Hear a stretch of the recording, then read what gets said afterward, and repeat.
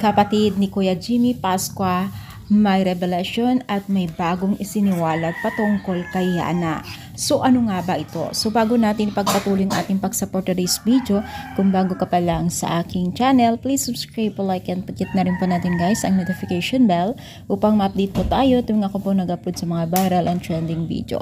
So alam niyo ba guys na itong si Yana at itong si Kuya Jimmy, diba, alam naman natin na talagang nagte-trending po sila dahil lamang po sa lubak-lubak na daanan at sinabihan niya ng kung ano-anong pangda-down kay Kuya Jimmy. Talaga naman pong maraming nagbaspo sa kanya. Kapatuloy na rin po ang mga netizens na talagang talamak ang hindi magagandang sinasabi sa kanya.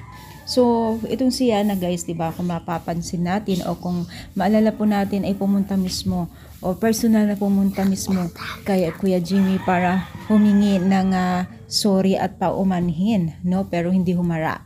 Pero yun nga, no, itong kapatid po ni Kuya Jimmy ay siya na po ang nagsalita in public na itong kapatid niya ay siya na yung lahat nagpaliwanag at kung ano man yung mga dahilan or kung ano yung bagong latest update po ni Yana o dun sa kaso po ni Yana, no.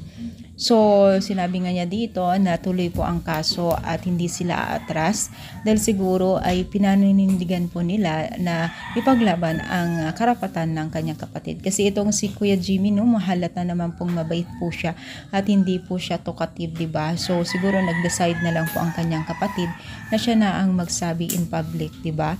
So, napaka-privacy po ni Kuya Jimmy kung tutuusin, no? Yun, paano na ba yan? Ituloy ang kaso, paano na kaya si Yana ngayon? No. So, ano sa palagay ninyo? I-comment down, palike po ang ating video. Thank you, more power and God bless all guys.